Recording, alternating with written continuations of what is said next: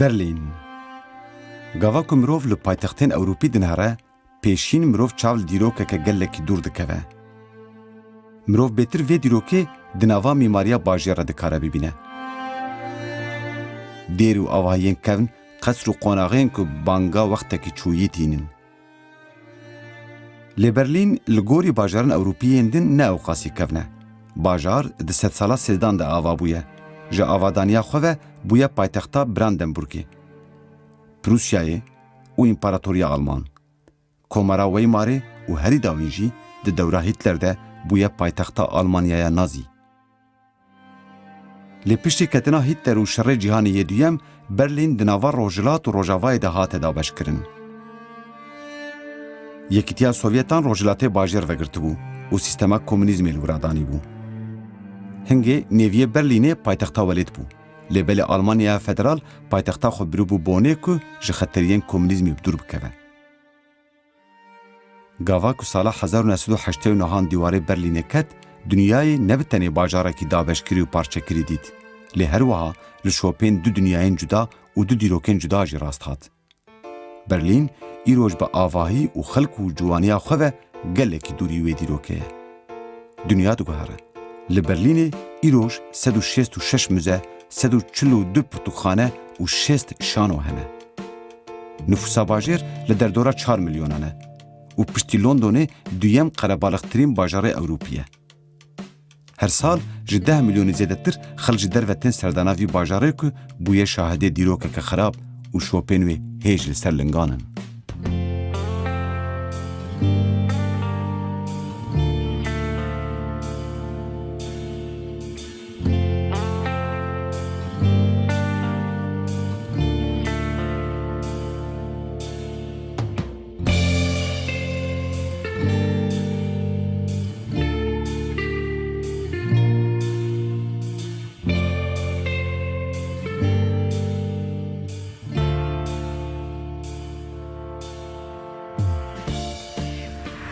Müzika Kurdî gelek guherîna re derbas dibe. Terzên nû, stîlên nû, rîtm û enstrûmanên nû têde têbkaranîn û müzik bi xwe ê di rengekî nû werdigre.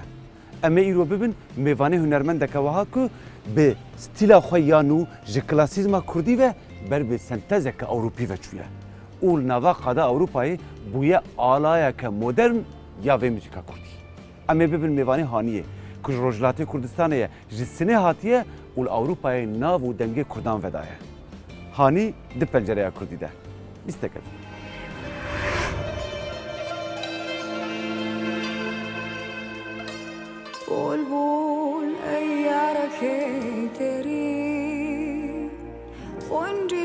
Hani hunermenda Kurd ya Rojhilatê Kurdistanê ji bajarê Sinê ye. Sala 1976 çêbûye. Ji zarokatiya xwe ve her xwastiye stranan bêje. Lê belê İran ne ew cî bû ku jinek bikare derkeve pêşiya civakê û hunera xwe pêşkêş bike. Lewma Hanî pêşî perwerdehiya muzîkê ya Farsî ya klasîk wergirtiye. Haniyê zû fehm kiriye ku heger azadiya hunermendekê nebe ew ê nikare be ser bikeve. Lewma sala 2004 li Berlînê bicî bû. Hanî ne bi tenê hunermendek û muzîsyeneke, lê belê her wiha yeka wihaya ku ji bîr nekiriye bêj ku hatiye, heta ku ji destê wê hatiye ji bo alîkariya penaberan û qurbaniyên erdhêjan konserên alîkariyê dane. Em li Berlînê çûn serdana wê û me pêra sohbetek li ser jiyan û serborî û vê guherîna muzîkê kir.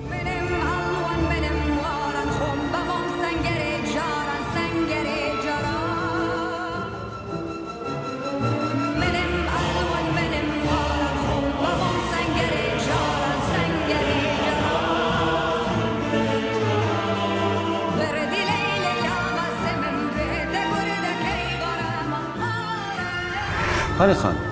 tu müzisyenî, goranîbêjî, tu besteyan çêdikî, gava ku tu weke jineke Kurdiya profesyonel ku di vî warî de tu li müzîka Kurdî ya giştî dinarî. Tu müzîka Kurdî çawan dibînî? Berastî min müzîka Kurdî baş nabînim. Ji ber ku wê ke min lo rojeka xwe nasîwe, ehsasekim rûdawekî zor gewre rûyî nedawe li müzîkî Kurdî ya. و بەداخەوە ئەبینین کە هەر وەکو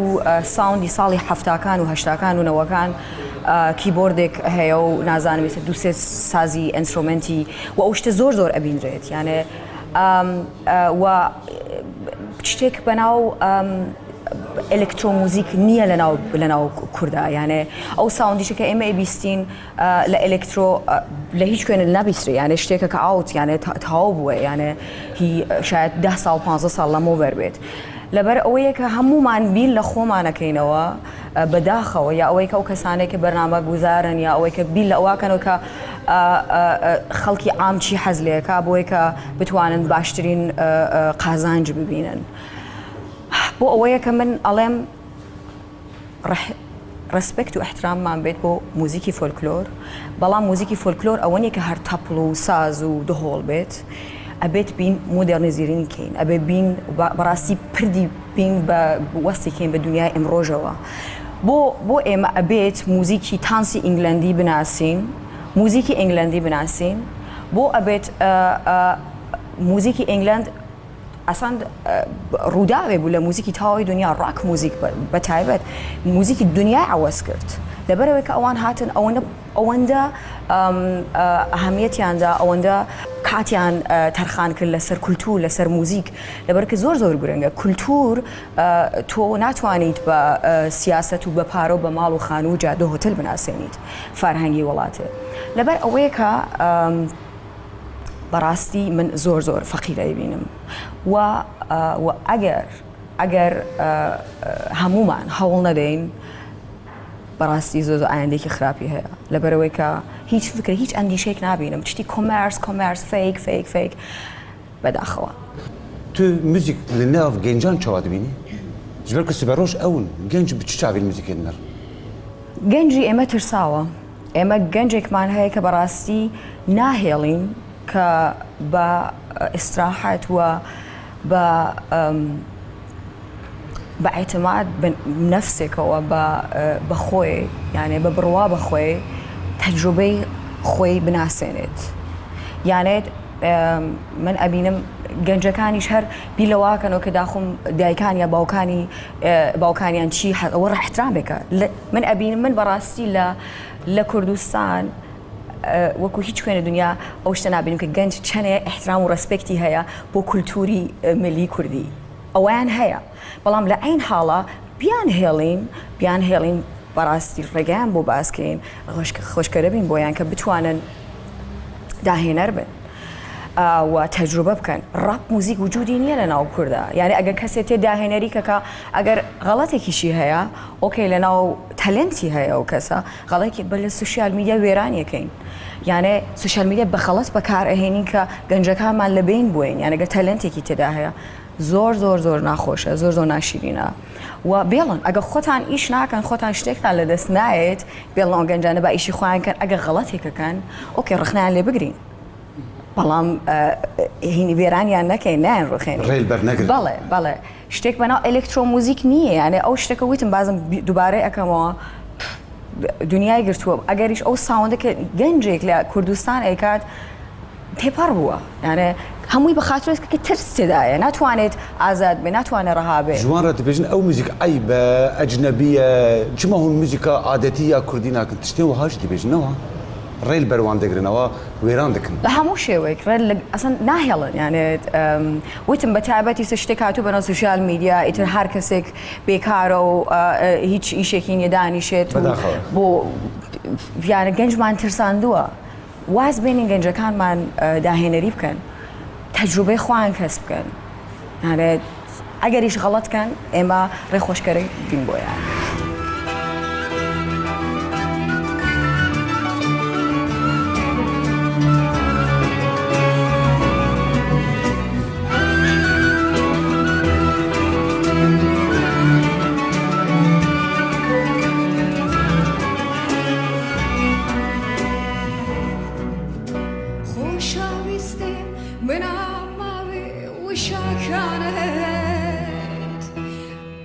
Diber wê muzîkere ku rojilatê goya xelkê fêr bûye û bûye dengê rojilatê bixwe duwarê olî û çandî de, senteza muzîkê ya pêşîn elbet di têkelbûna çandên cuda re derbas dibe ku bi Kurdan re nava heman derdorê de dijîn. Hanî hingê nava wan mekanan re ku jiyan bûye sebeb ku ew tê re derbas bibe, her wiha ji çêj û rengên çandên cuda jî destkewtî bûye. bi miraq daye pênûjeniyê û ji xwe re çandeke muzîkê ya xwe ser ava kiriye.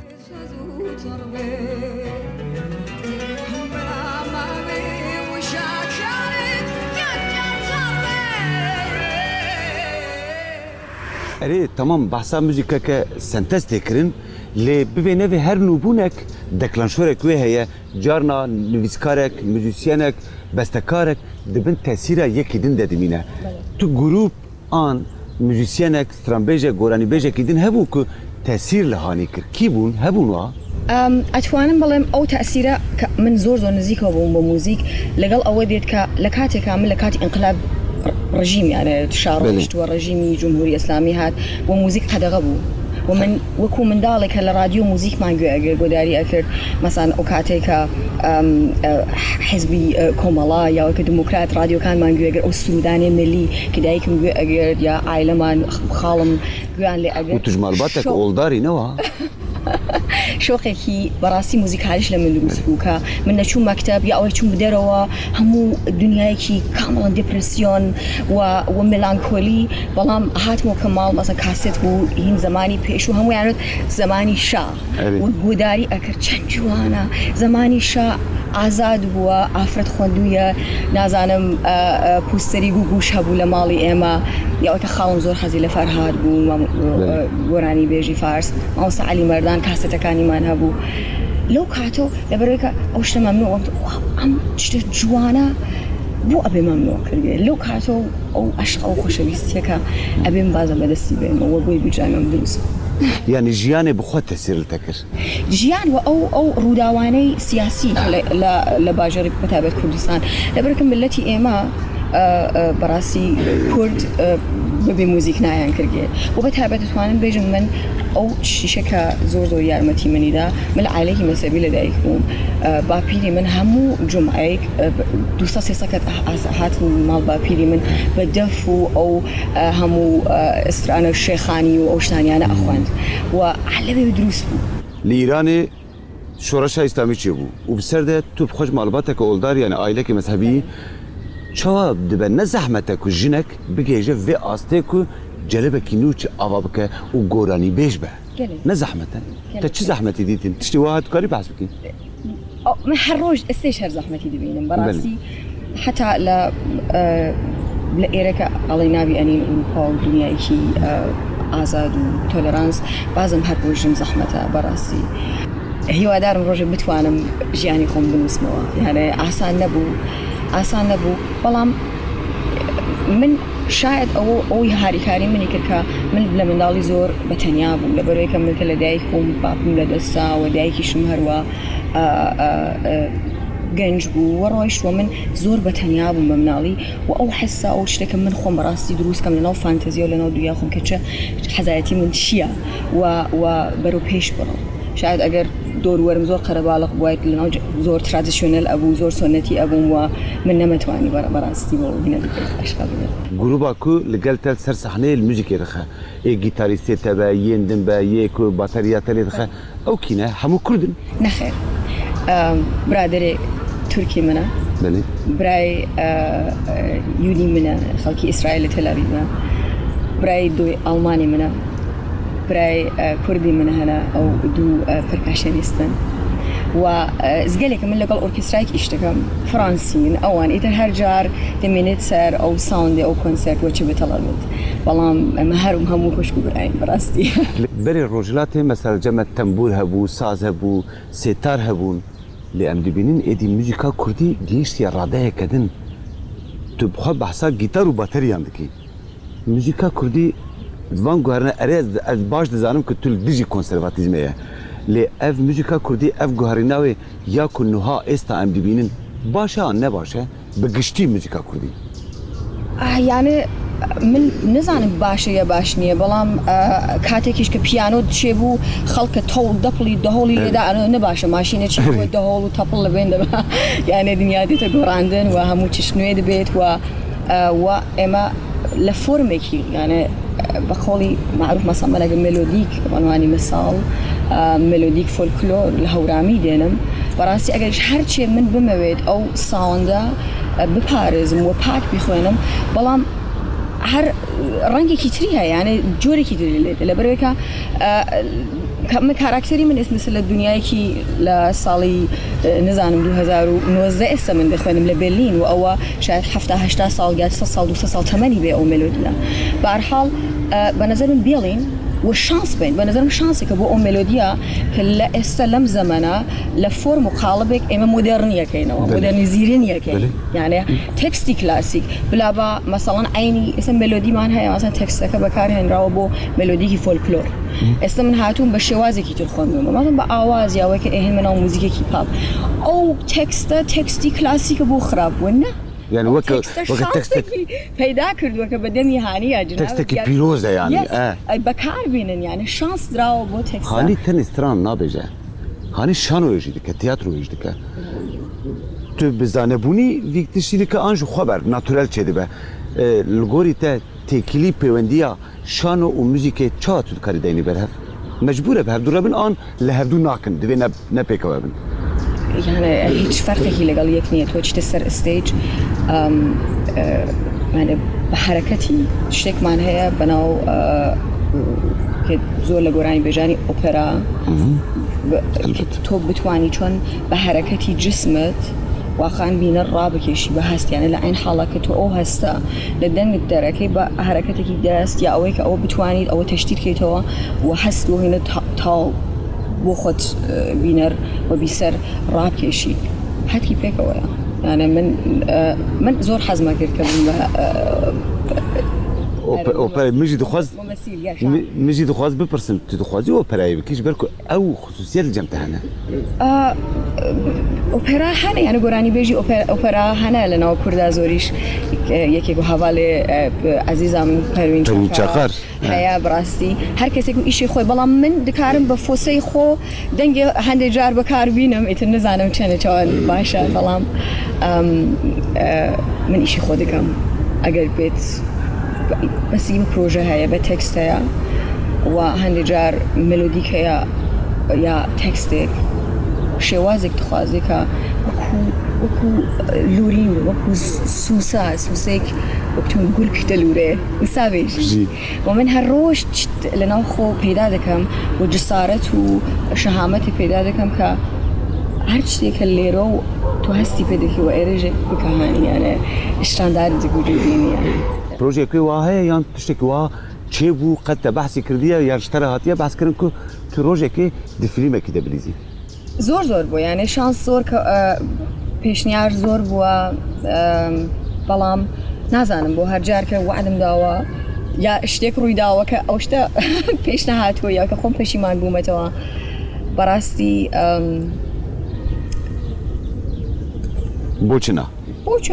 ئەگەر بێت بچمانە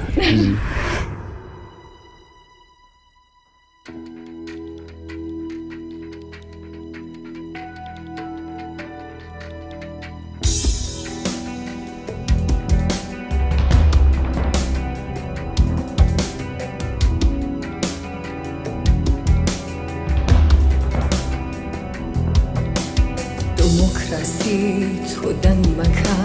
دنیات بەدەنگ ڕەن کردووە لە ژێر کارخانەی چەکسازی لەوێ منداڵ خەوتووە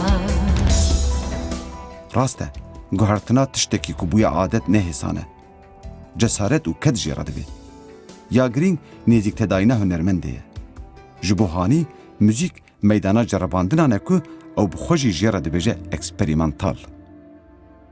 gelo hêsan bû ev guherîn fikra vê sentezê çilo tê ava kirin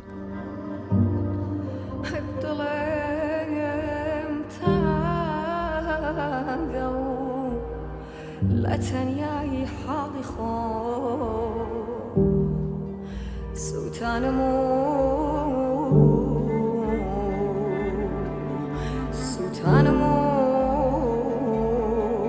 لە سووتانەوە خۆم بەسۆ دەمگوت هەتا ساروانە بێت چاوەت لە بەزەی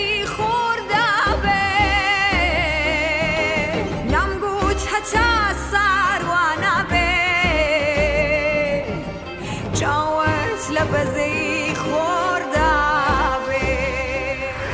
هانی خان لبرلین لأوروپای کاری هنری هنده خوشیه وی جیانه حسانی جی هی هنده زحمتی وی جیانه لی جیان تشتکی دیتره لألمانیا لبرلین جیان بوده چاوه خوشه جیانی ئەوروپا چییە؟ خۆشە ناخۆش ئەوە کەوتوێتە سەر ئەو مرۆڤە خۆی یانێ بەڕاستی هەر ڕۆژێکی من جۆرێکە باژارێ بەلین باژارێکی زۆر تۆلەرانسە هەموو مرۆڤی دنیا زۆر ئارتیستی بەناوبانگی دنیا هەموو دێن هەر ڕۆژ زێدەترە بێدێن بۆ بێلین لەبەرەوەیکە لێرە بەڕاستی شارێکە کە تۆ ئەتوانی بە ئازادانە بژیت هەر جۆرێکە خۆت حەزەکەی هەر بیر و باوەڕێکت بێت لێرە ئەتوانی خۆت بیت ماسکت پێویست نییە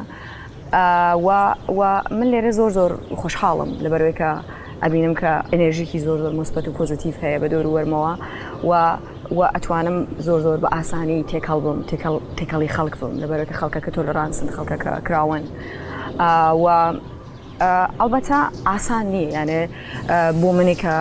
گۆرانی بێژێکی کوردی ترادیشنەل و ئێستا فارسیش دەخوێنم لە پاڵیەوە و حەزەکەم هەروە بناسرنگم و بڕمەنە و کولتوری ترەوە یا بڵێن هونەرێکی مۆدرنەوە بەڕاستی زەحمەتە یانێ بێ کوالیتەی خۆم زۆر بەرز بکەم ئەبێت هەموو ڕۆژێ پرۆڤە بکەم کەمی خەوم هەیە بەڵام ژیان خۆشە بە ئام ئەبێت میان پۆزیتیڤ ببینێت ئەرێ ژیاناوێ دەخەودا دەڕۆ بڕۆژ هەر موزیکە بەڵام هانی هونەری دنجی مەسەلەوەکە ئەدەبیات و وێژە ئەو خوندنێ وێ هەنە چ دەخوێنە هانی؟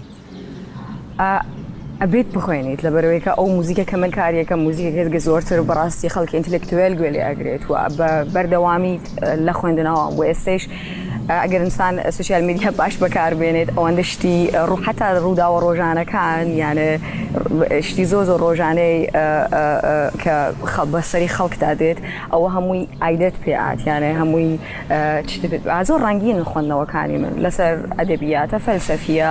ژینگەس نزانم هەموو چش پێویستە کو سوسیال مدیا بێتە بکارانین لە ji bo têkilî û pêwendiya hunermendek li gel guhdarên wê hezkirên wê ji ber ku em dizanim ku hanî Instagram û Facebook wan şan baş bikartîne rolê ewa çi ye li gel di nêv pêwendiya te li gel hezkirên te زۆر حساسم کە بەڕاستی چی پۆست دەکەم ڕۆژانەی ئەو شتانەی ڕوودا و لە ژیانی ڕۆژانەی من ڕوئەدا زۆرن لەوێ ئینتەرویوە لەوێ نەزانم پرۆڤەیە بەڵام ئەتوان هەر سعاتێک پەیامێکم بێ بۆ بیسەر و بینەرەکانم بەڵام قسایەکەم بەڕاستی شتانێکە پێویستە و ئەتوانێت بۆ مخاتب شتێکی تازە بێ پامێکی تازە بێ لە ڕووداوەکانی ژیانی من پێیان بگەێنمەوەی کە هەر دێخە و هەر سانیە من شتێ پۆستکەم و هەموو دنیا مەشغوڵ بەخۆمەوەکەم احساسەکەم و ئێگۆیەکی زۆر گەورەیە ئێستا هەموو حەزکر و گۆدارێن تە بڕێگەی ئەم بەرنامە تە تەماشەرکن و هێویدارن کو تو پەیامەکە بلێ هەگەر پەیامەکە بلێ چ پەیامت هەیە بۆ حەزکر و گۆدارێن تە؟ پەیامی من چیە؟ پەیامی من زۆر سپاسیانەکەم بەڕاستی کە ئەو هەموو هەست و ئەو هەموو خۆشەویستیە بە من ئەبەخشن لەگەڵم بن و من هیچ کەسێکم نییە بەغێر از ئەوان سپاسیانەکەم و ڕۆژ دچە ئاوا گەورێ تاریخا دەڤەرنە خالی و دوور دەبێژن چیرۆکên nava pirtûkan ji bajarekî kevnarin bîranînên te û çi gava ku ji şarekî derdikevin quling xemgîn dibe buhar di terikînin hemû waran zarokên penaberan yên ku ji welatekî parçekirî dane pêxewnên nû da ku ji şevereşkan biravin mandoyê rengekim rengê min niye pişteyî xakekim xakî min niye be navêk dijîm nawî min niye be derdێk degirîm derdî min niye zadeyî çêjekim çêjî min niye be mergêk dimirim mergê min niye